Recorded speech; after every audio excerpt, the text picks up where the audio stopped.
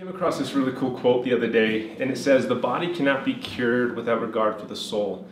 And it was by Socrates. And so when I started pondering on that, it really hit me as truth, because now that Kelsey and I and a lot of people that we know and friends and family or whatnot are on this road to understanding our health and doing things biblical way and going back to the beginning to find out what our health is, we're really finding out that our health and our spiritual lives are tied hand in hand, and you can't heal the outside without healing the inside.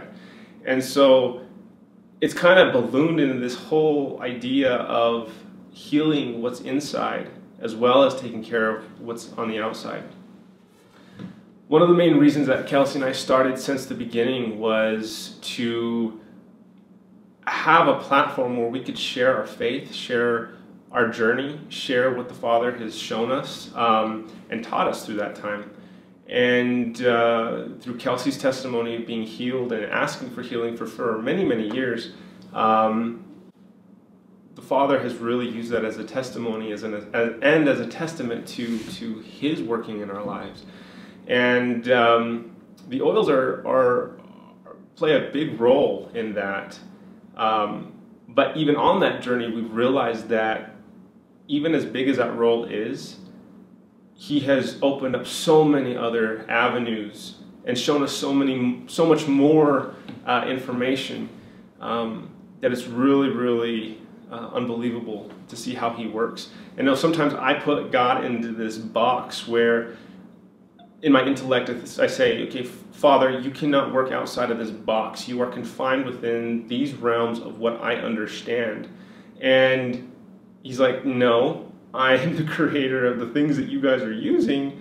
How much more so am I going to lead you down paths that are going to bring healing, even though if you don't understand it, or even if you don't understand it now, if you continue to walk in my ways, I will show you and I will teach you. In Psalms 146, it says, "Do not trust in princes, nor in Son of Man, in whom there is no help. Happy is he who has the God of Jacob for his help, whose hope is in the Lord, his God. The Lord opens the eyes of the blind. The Lord raises those who are bowed down." When I heard that verse, it really hit home the fact that, the body's not cured without regard for the soul. If we're aligning ourselves with those truths, then we're aligning ourselves with what God says is right, and we're aligning ourselves up with His promises, which is a very, very powerful thing, because if we're not under His protective care, then we're only treating the symptoms still. We're still only treating the symptoms. We have to go to the root cause, and that is going to the Father, the author and the finisher of our faith, and the great physician. One of Kelsey's and I's favorite worship songs is "Strong God" by Meredith Andrews. In fact, I think you're listening to it right now as I talk. And in this song, it talks about the strength of God and His protective covering over His people. And I love this song because it shows how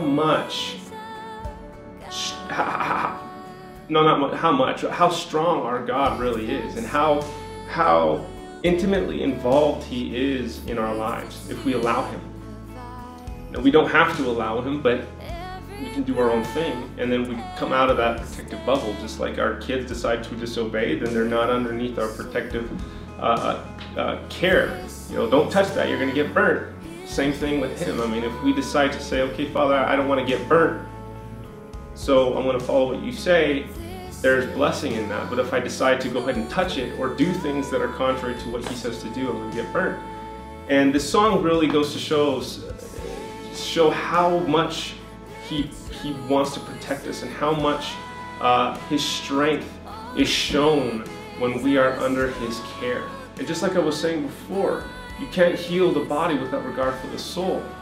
If we want to, first of all, we understand that the soul is important, then what's the next step? That's coming under His protective care. That's coming under His wings and allowing Him to work in us and through us, and allowing Him to change us from the inside out. In addition to doing all the right things on the outside, we have to allow Him to work on the inside. Coming to the realization that I wake up every single morning because it's not by my own intellect or by my own strength that I do anything. And learning that on a day in and day out basis, because I have a thick skull and sometimes it just doesn't take. Knowing that I wake up in the morning not by my own strength, that it's His faithfulness and His will that He gives me breath every single morning. And knowing that I was created for a purpose, and knowing that I was created for such a time as this, just like Esther or Hadassah was, to save her people, how much more so you or I or my children or my wife, how much more so if we understand that concept and we come under His protective care and we say, Father, I am willing to do what you called me to do. And I don't trust in man, I don't trust in the things that I see or that I can perceive with my own mind, but I trust in you from the heart. How powerful is that? How amazing the impact we all could have if we allow ourselves to submit to Him.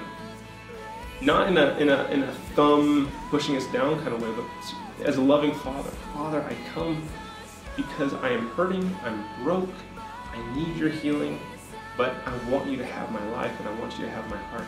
How precious is that? How amazing is that? And so that's Kelsey's and I heart in this whole deal, is that we want to see people. We want to see God's hand heal people. We want to see people restored in their families, in their relationships, in their desire to be physically healthy.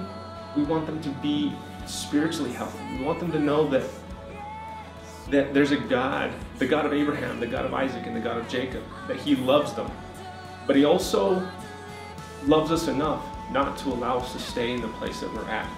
And so we really want to show this idea and this perspective with others. And this is why we're on a mission. We're on a mission since the beginning. We want to teach people. We want to show people His truth through healing. And going back to the beginning of Scripture, to show them and to show us, because we're in a constant state of learning too, to show that He has a plan and a purpose. And if we follow His guidelines and we follow His blueprint for things, amazing things can happen in our lives, in our families' lives, and those around us.